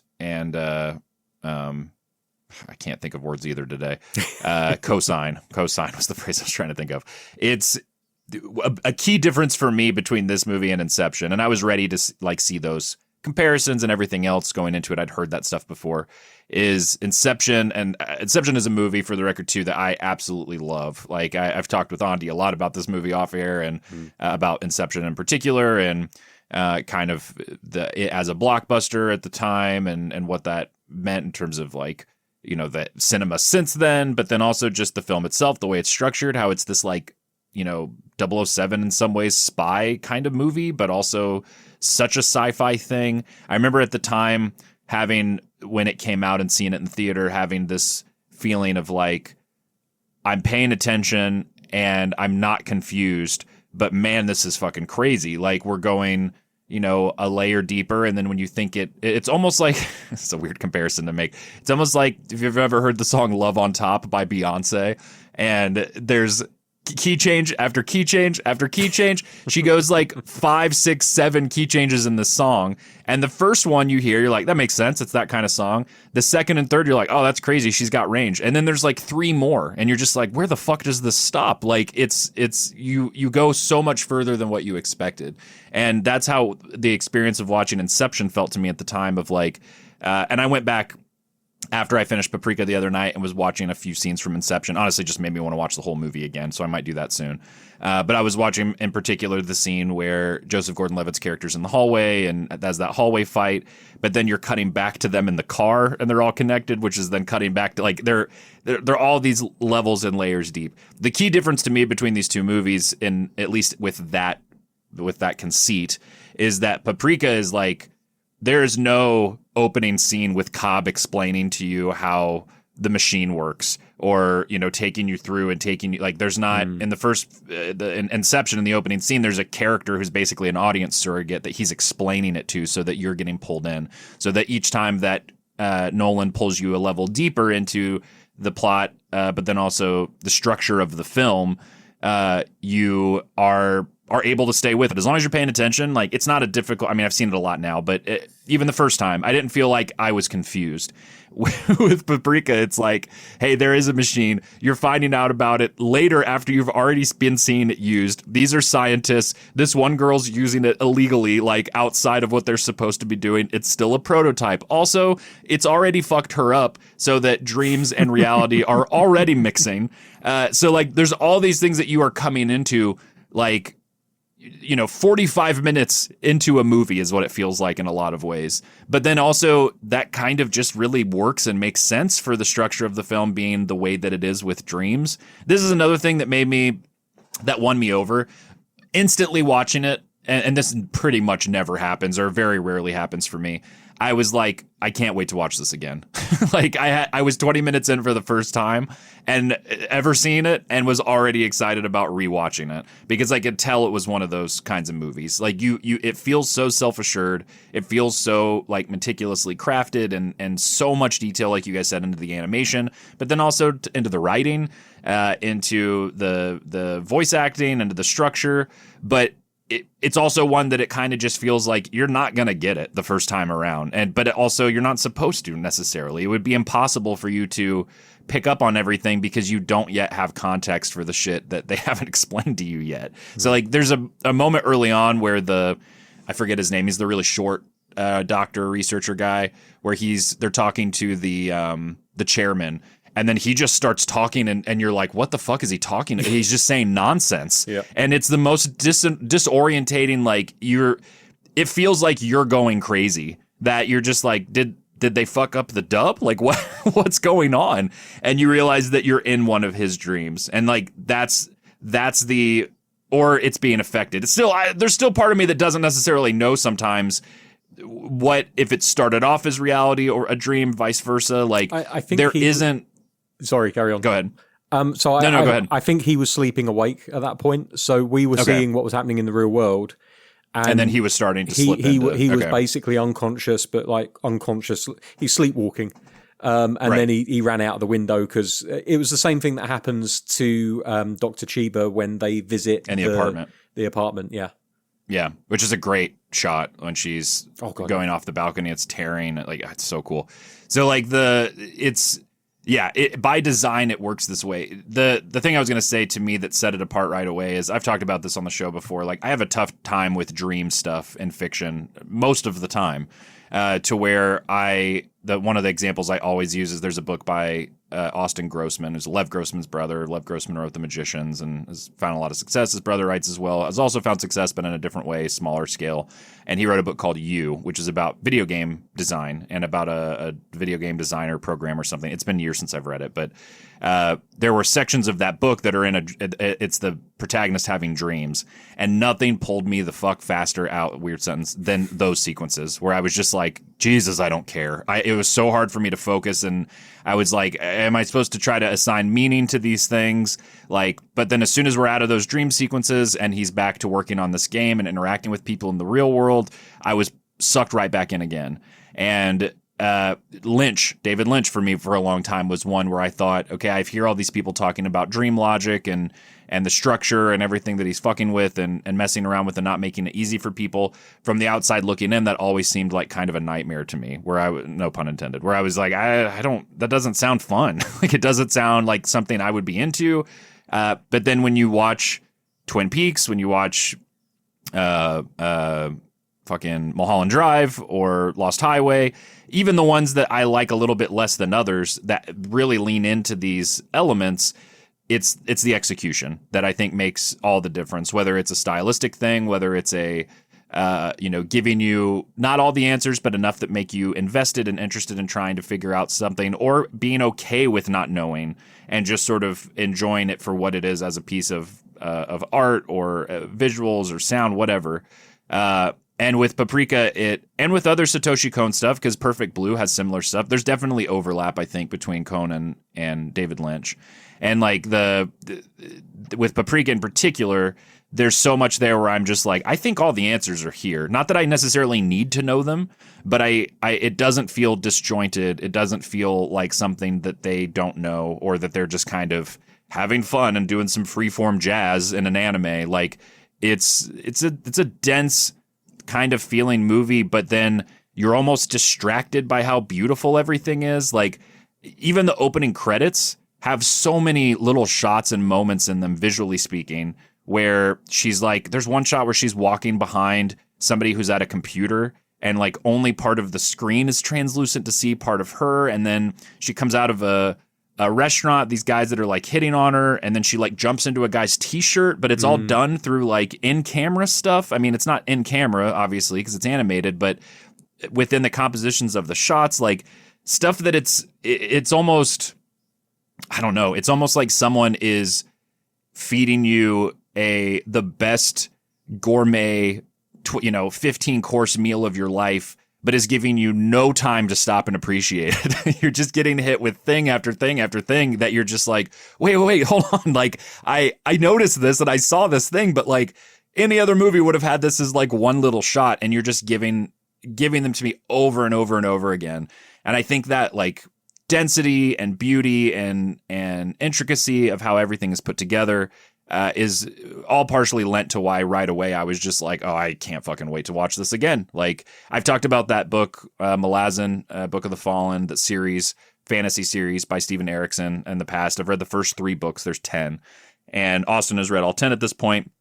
It's one thing we talked about a lot reading through it, and now he's rereading it, is that there's this feeling as you're reading these books of like, I'm loving this book. It's great. There's a lot of things I don't understand, but not in a bad way necessarily, in a way that I'm trusting the process. And I know that this is a smaller piece of a much bigger puzzle.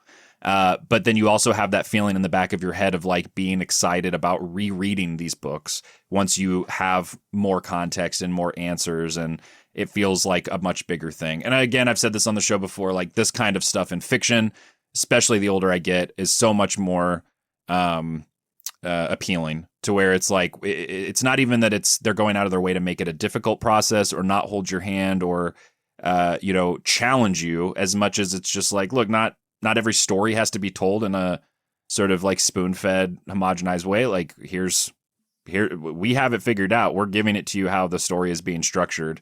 And for a lot of people, I think it'll be a deal breaker. I think there are a lot of people who'd be like, it looks great, but it's nonsense. I don't care. I don't give a fuck. Like, that's fine. I've hit those same things before with other things. But at least with Kon's work so far, I mean, I've seen now half of his films of the 4, but it's a similar thing where I'm just kind of like, not only is there so much here, but it's so much that I'm excited to revisit. I've seen Perfect Blue 2 or 3 times. I'm sure watching it a 4th time will bring new stuff to it, and Paprika even more so, because it's just so dense and you're getting just so much information. And then last thing I'll say too, really loved how at first there's the whole thing with the guy who created the DC mini, where I was like, oh, there's a lot of like jokes about this dude being like a huge fat guy. Like this is, a little dated or whatever. It's fine. And then I was so surprised by that arc with them. Like it subverted a lot of that stuff where it was like, there's this love story that you don't typically see with, these sorts of archetypes or whatever else. And, yeah, a lot to love. Like you said, the music, was great in the way it pulled it in. You have all of these. There's also this whole other sub thing with film and like movies being different forms of dreams and everything else, and a movie theater and a street with different movies playing. All this. There's just so much to unpack. But then at the same time, it's a weird thing where you can sit back and just enjoy it and let it kind of wash over you. But then at the same time, also knowing like this is only going to deepen and repeat, and it's going to deepen and reward repeat viewings. So yeah, just a great experience. I found it interesting that the dream sequence at the beginning of the film and then repeated later on for the detective, in the credits they had like thanks and appreciation for 2 of those 3 films. There's one for Roman Holiday. There was another one for the first movie in there, but they didn't have permission for the James Bond sequence, which I think I'm trying to remember my Bond sequences now. Was it From Russia with Love, perhaps? The train sequence where the Russian spy tries to kill him while the other Russian spy that he is currently dating is asleep in the other compartment. But they refer to it in the film as some kind of spy film. They don't like name check it. Yeah. I just found it interesting that they got permission for 2 of them, and then they were like, we can't get permission for the 3rd. Well, just don't call it Bond and you'll be fine. Like it's very clearly Bond. But also like I've not read the book for Paprika, and reading into the Wikipedia article, because I completely trust it. It talks about how when Kon got to finally make this film, he wanted to change as little as possible, but there were things he did have to change because the book was too voluminous to make one movie out of it. But I would be interested to know if the parts about the detective being not even a failed filmmaker, but like a repressed filmmaker, and having this hatred for movies because it reminds him of his failings of the past, whether that was something that was in the book itself, or if that is something that maybe Kon just managed to squeeze in there because he obviously doesn't hate movies, far from it.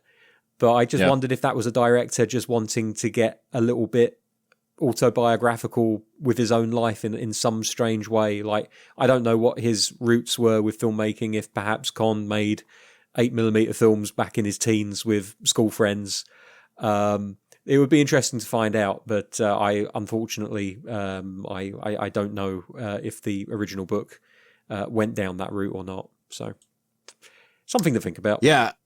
It's it's a weird, like, it does feel very much like I'm sure it wasn't, like, you can kind of feel that this probably changed along the way. There's just, it feels like I don't even want to say rules are being broken, but like the kind of things that you expect in a traditional narrative just really aren't present, but not in a pretentious way or in a bad or confusing way. Just, it benefits from being able to say, haha, dream logic. Whenever, basically, because I'm not sure at what point this movie becomes in their heads. Like at some point we are in the real world, but then by the end of the movie, it's weird because there's all this dream shit happening. But then when they are allegedly awake again, the city's still damaged. It still shows all of the damage left over from the chairman's attack on it. So that part I think bled over for sure. Yeah. But then, like I said, you're also introduced to her character at the beginning right out the gate being like, well, she's been using it so much that she's got that reality and dream are blending. Yeah, and like you're just kind of like, oh, okay. Like I've just found out the rules, but also at the same time, I'm finding out that the rules kind of don't apply in some ways. So you have those moments where it cuts back to people sleeping or whatever else, and you're like, okay, that person's dreaming, and this is pretty clear. But then a sequence might just change into a dream, or a character from a dream might show up, and you're just constantly trying to stick with it. But again, I don't know how to explain it, man. Like a way that doesn't, to me at least, doesn't, it sounds like to you guys as well, doesn't feel frustrating or annoying or I think that they found somehow just the perfect balance of being like, let's have the visuals and the sound and everything else be engaging in a way that it is kind of a magic trick. Because it does at times feel like how a dream can feel, and like the disorientating sort of nature of it where it feels so real, but then there's aspects that yeah. And it also is very distinct to me in how it feels to Inception. When you watch Inception, there's much more of a, when they're in dreams, there's much more of a creepy sort of like, there's a danger. And part of it is the structure of that film is that they're like performing heists, like they're trying to get in and get information out or whatever else. But and it's, you know, metaphors with like security systems, and like they have different people that have specific roles in what they're doing within the dream world. I mean, that was like the tagline of the movie, like your mind is the scene of the crime or whatever. Yeah. And they explain and then with the whole dying in a dream, you die in real life. No, wait, hang on. No, you don't, do you, in Inception? It's been a little while since I've seen Inception. No, you do. He says the body can't exist without a mind. So like there is a death that would happen, and and there's still ambiguity in that movie, which I think is for sure one of my favorite examples of ambiguity being used in a film that doesn't feel like a cop-out or cheap or anything else. Like you get stuff at the beginning of the film that might be clues to things that are happening later, but then eventually, especially once you get into that opening heist where they're like out on the streets of, it looks like, if I remember correctly, like Colombia or something, there's, you know, much more of a traditional structure of like, here's what we're doing, here's what is going to happen now, we got to put together a team. Like we get into that heist kind of, he's pulling from other mediums, whereas this feels very much like, this is science fiction, and we are not going to apologize for that. Like we're going all in, and like stick with us if you want. If not, kick back and enjoy how it looks and the shots and everything else. Also really liked the Wukong Monkey King reference. I thought that was awesome. And she has the tiara and the staff and the Nimbus cloud. I thought all that was great. It just looks so good. And the movie's 20 years old now too, which is crazy. Like it just doesn't feel dated at all. Does my head in when people talk about a movie and they say, oh yeah, it's about 20 years old now, or when I realize that a movie is 20 years old and I'm like, but I remember when it came out and I was already an adult. Like, what the fuck? Yep. Yeah, I know. Time, you cruel bitch. There's another monkey reference in there that I really enjoyed, which was when the detective, whose name I should remember, but you know what my memory's like, just looking him up very, very quickly, Konakawa, when he rescues Paprika, or rather at that point she's reverted back to Dr. Chiba. Oh yeah. And he bursts out of the cinema hall, and then the chief is just like talking to him through a monkey poster, and it's just the most wonderfully animated monkey face that I think I've ever seen. Like it's just comedic and over the top, and like there's expression in there, and also you can kind of see a little bit of frustration and anger that it's like, well, I didn't choose to look like this. this is the only way I could talk to you, kind of thing. Just like there's wonderful little moments like that, bits of levity that you see in a lot of Kon's work. Actually, I think Tokyo Godfathers is probably the flat out funniest, but also most tragic movie he's ever made. And it doles it out in equal parts. But yeah, he was never from my memory of his work, he was never afraid of throwing some humor in there for good measure, and always chose the right moments. And there's a Tokyo Godfathers reference in the movie too. There's a poster for it at one point, along with Perfect Blue, and I don't know what the poster in the missed middle the Perfect was Blue for. one. Yeah, there's 3 posters on the on the signage of the cinema. Oh shit! Okay. At one point, and it's Tokyo Godfather's Perfect Blue, and then there's one in the middle which has a very familiar poster design, but I couldn't place it. So I don't know if it's one of his other works or if it was a random Millennium Actress would be the other one, but could have also been Millennium. Yeah. It might have been, there's a movie, which I didn't know if it was real. I assumed it was fictional at the end, Dreaming Kids, that they talk about or whatever. It's the one he buys the ticket for at the very end. But, yeah, I don't know. At this point, I'm like, not tapped out. I'm just kind of like, I'm just thinking of shots that I want to bring up and do a Chris Farley show type thing. But, yeah, well, I think Takita was, as a robot was fucking brilliant. Like, especially when he comes to the rescue, firing missiles at the. Yeah. But yeah, there's definitely just so much Lynch in here for me in the sense, not in the sense that it was inspired by the other, although maybe, I'm not sure, but just how I feel watching it. Where I've talked about this at various times on the course of the show, where especially moments in Twin Peaks. And then even more specifically, moments in season 3 of Twin Peaks, where just the very surreal feeling of this, that you're seeing something that you're like, I don't know how this exists. Like I could watch a making of documentary and see, I don't know that there is one, but like, I'm sure that they made it on this planet in this dimension.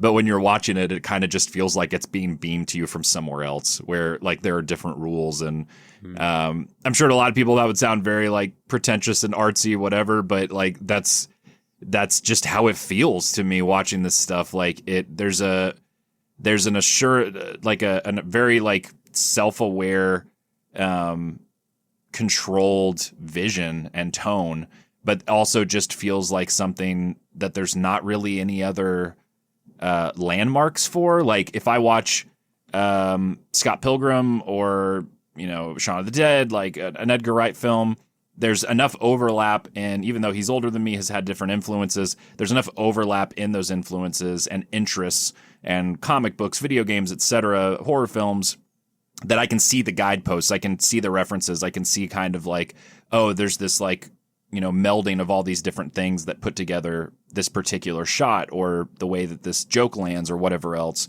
But with something like this and with other Satoshi Kon work and then also David Lynch, I'm just like, the other like weird, this is relevant, especially relevant for me to bring up right now.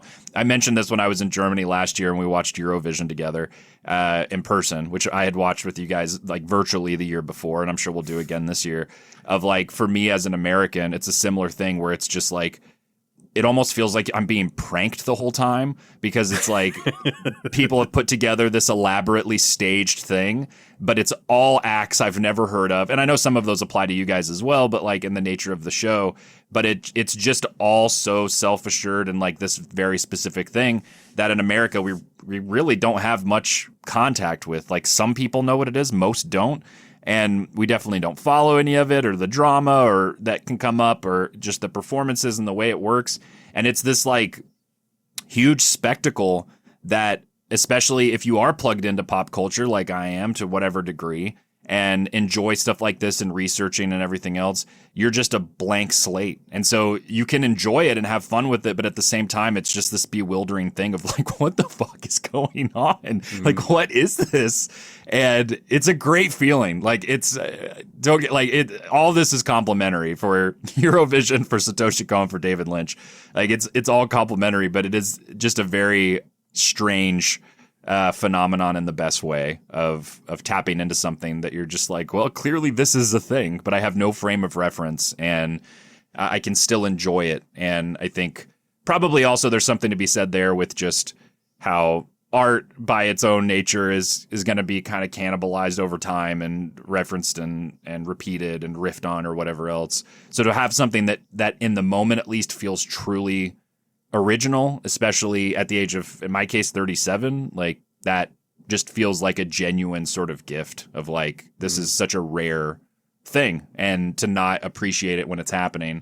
I'm in a very like artsy, pretentious mood right now, but in the best way. Like it's very, again, complimentary. Yeah. So there's really a level of animation of Imagination. There we go. I got there eventually. Yeah, I'm getting my generations, animations, and imaginations all mixed up here.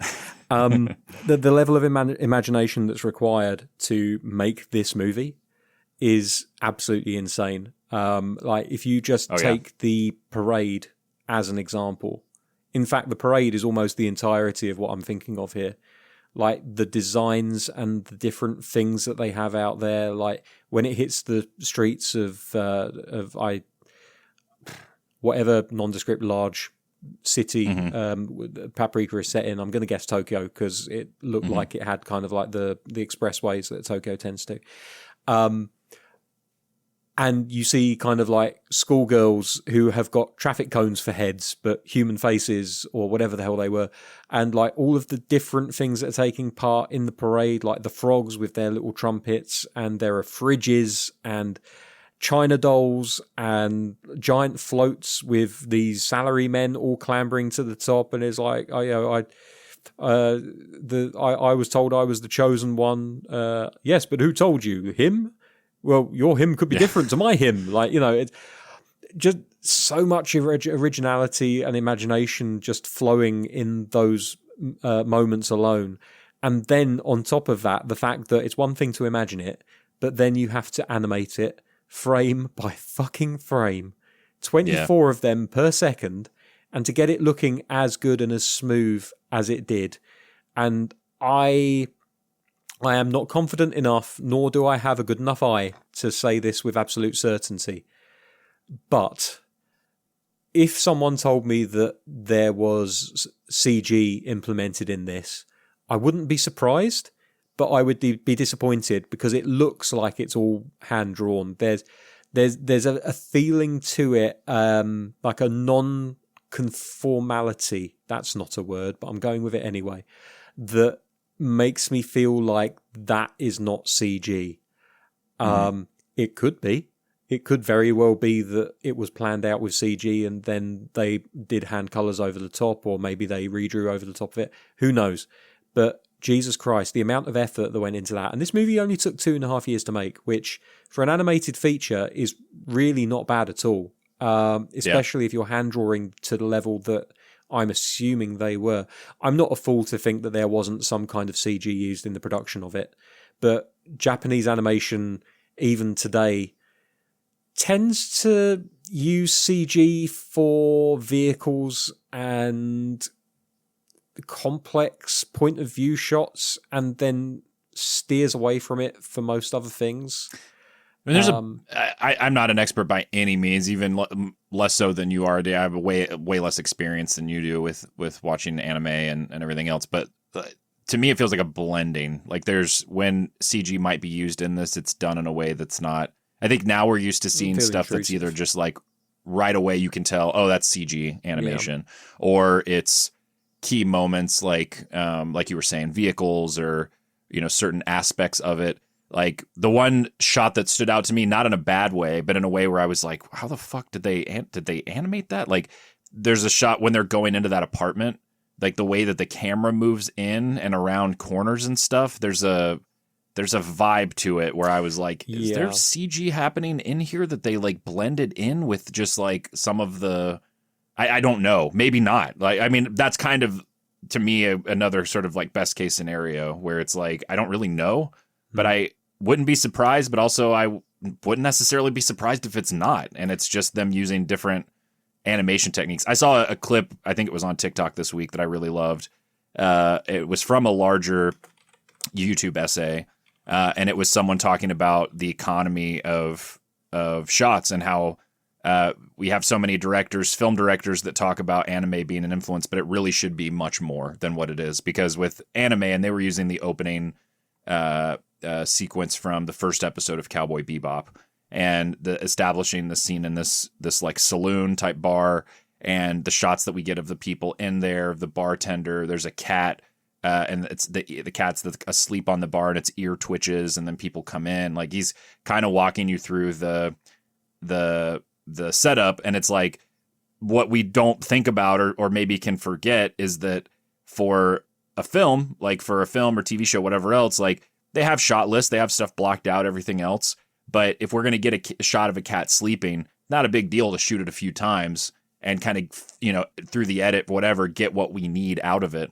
But for this anime sequence, like, an animator had to animate that. So it's not like they could just be like, well, I'll animate a cat sitting there sleeping and twitching for, a few minutes, and then we'll pick out what we need. Like, there's a very specific vision and economy that they have to use to make that stuff work. And it involves a lot of like pre-visualization, whatever, like a lot more work that goes into how much you convey and then how specifically you then animate that for the sequence. You're not working with extra shit and you're cutting down.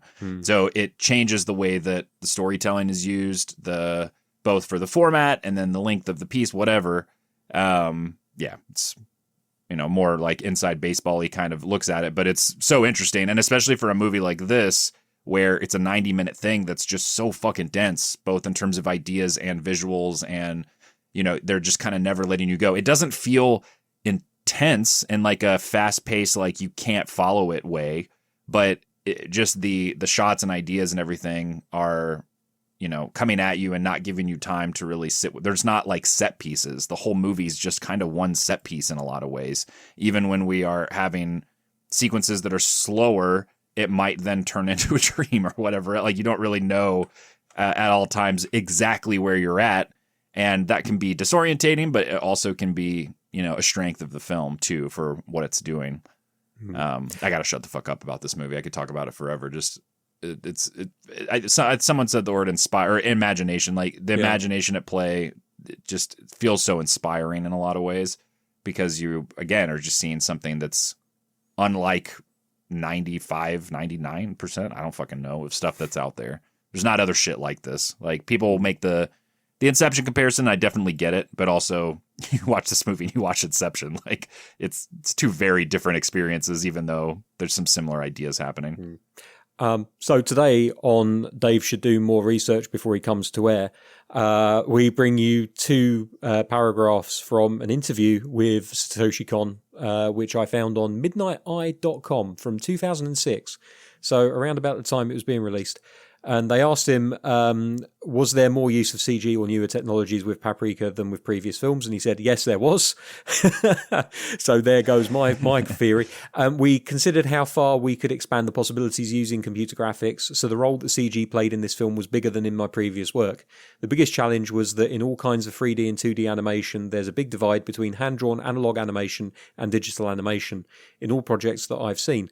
It's been really difficult to blend these harmoniously. I prefer hand-drawn imagery myself, so my biggest challenge was how to blend them so the texture worked together.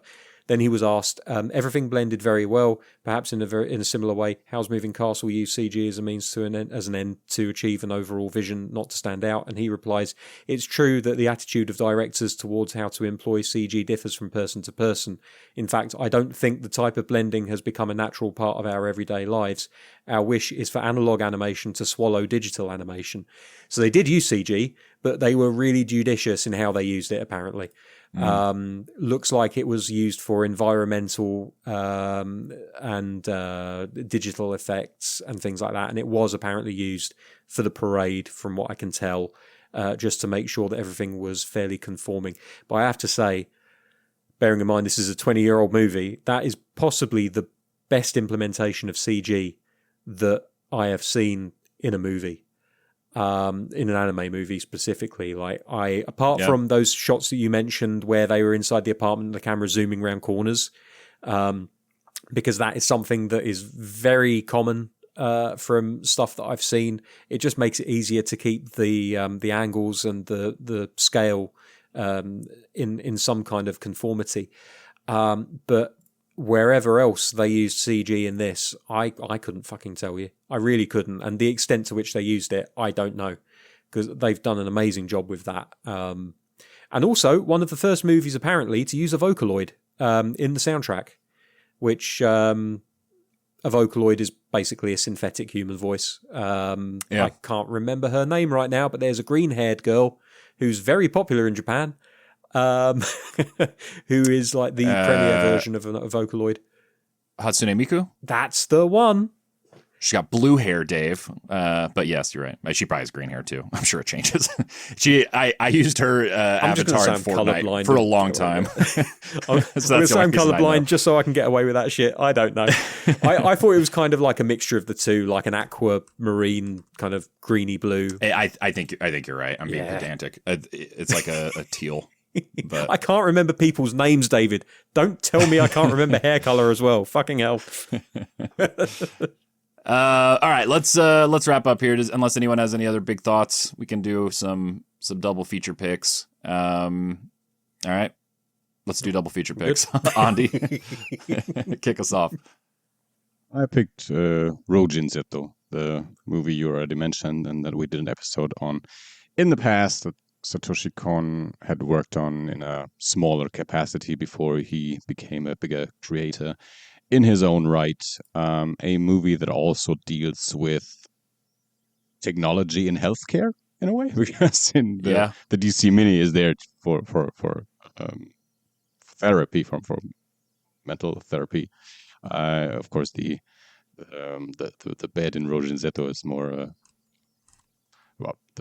elderly people, but still a sci-fi story about invention, technology in healthcare going wrong in a very different way in Rojin Zeto, but still, I think they pair nicely. Absolutely. Dave, what you got? So I was going to go for Inception because I'm nothing if not predictable, but that did seem really fucking obvious. So I took a left turn and I arrived at Elm Street instead. So Nightmare on Elm Street. Take your pick. Any of them will do. But the idea of dreams and how they can affect us in real life, most notably by killing us, it seems like a nice way to put the two together, and also a horror movie on top. So double duty. Absolutely. I was tempted to do the same with Inception, but kind of wanted to pivot away, especially after watching the movie. I get it. I get why people will reference it and have it in the conversation with this movie, but wanted to go in a different route. I started to try to come up with a different anime, and then I was like, kind of already a big part of this is just that it's such a singular sort of deal. I think it would work with another Satoshi Kon movie, but that's kind of obvious too. So ultimately, I went with the film Existence, which we did on the podcast. I'm pretty sure. I think that's why I ended up watching it. David Cronenberg, which isn't specifically dreams, but a melding from what I remember. I remember there being some similar feelings of like, reality distortion and all that kind of stuff. I think it's more of a video game specifically. But yeah, that came to mind a couple times for whatever reason. Not totally sure why, but another movie I wouldn't mind revisiting as well. So cool. All right, let's wrap it up there. Listeners, if you watch this film or have watched it in the past, like Elio did, feel free to email us, eerieinternational@gmail.com. If you are in the U.S., stay safe out there, specifically from last night to now. There's about 7 to 8 inches of snow outside my door, so we're getting hit with this. I thought you were talking about other things. Well, there's that too. I wasn't going to bring that up, but yeah, absolutely. Holy fucking shit. But stay safe out there. Ice is killing people in several ways. Different types of ice. There it is. Yes. Yeah. Seemed crazy. Not crazy, but leave us on that note. But yeah, absolutely. So maybe don't keep watching horror movies. Watch whatever you want. Watch whatever will help. And we will see you next week. Bye-bye. Bye.